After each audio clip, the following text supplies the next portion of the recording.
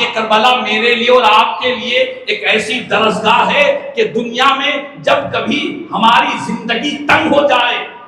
زندگیوں میں پریشانیاں آ جائے، مصائب آ جائے، زندگی جینا مشکل ہو جائے، حالات بدتر ہو جائے، حالات خراب ہو جائے، انسان دنیا میں جینے کو اپنے لیے بوجھ سمجھنے لگ جائے، ایسی مجبوری اور ایسی معذوری اور ایسی قسمہ پرسی کے عالم میں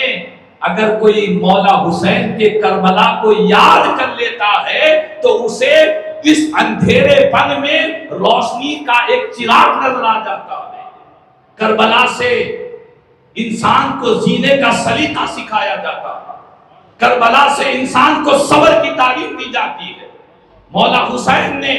اور حسین اعظم کے 72 جانثاروں نے کربلا میں جو صبر کا مظاہرہ کیا ہے، تاریخ اسلام اور تاریخ انسانیت میں کوئی اسے کبھی فراموش نہیں کر سکے گا۔ ذکر حسین کربلا کا واقعے سے ہمیں صبر کا سبق مل رہا ہے۔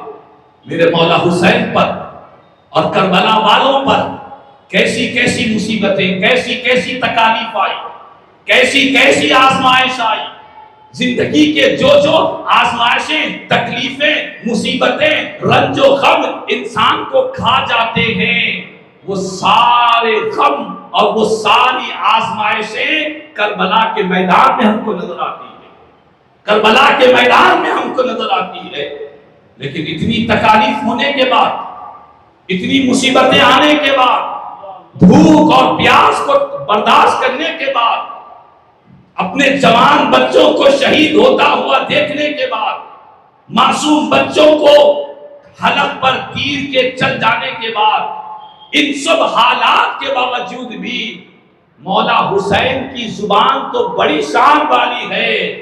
72 جانثاروں میں سے کسی ایک فرد کی زبان پر ایک شکوے کا جملہ بھی استعمال نہیں کیا گیا، ایک گلہ شکوہ بھی کسی کی زبان پر نہیں آیا۔ کسی ایک مولا حسین کے قافلے والے، قافلے حسینی میں سے کسی ایک فرد نے یہ نہیں کہا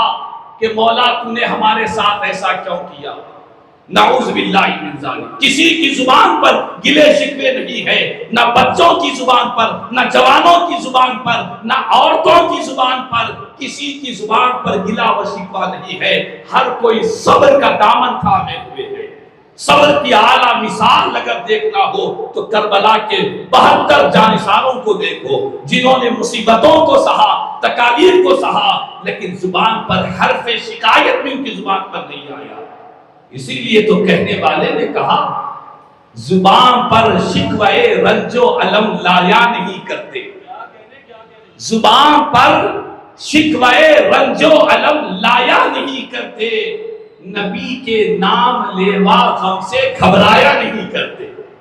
جو نبی کا نام لے لیتا ہے وہ غموں سے گھبراتا نہیں، اور حسین تو وہ ہے جنہوں نے نبی کے کندھوں پر سواری کی ہے۔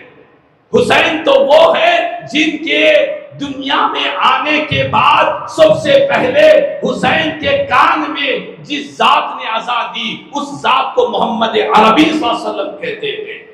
حسین تو وہ ہے کہ بچپن میں سب سے پہلے جو حلق کے نیچے جو غذا اتری ہے میرے آقا کی زبان مبارک کو حسین نے چوسا ہے، وہ مولا حسین ہے۔ ان کے جانثاروں کی زبان پر حرف شکایت تک نہیں، صبر کر رہے ہیں۔ اور آج ہم سب کو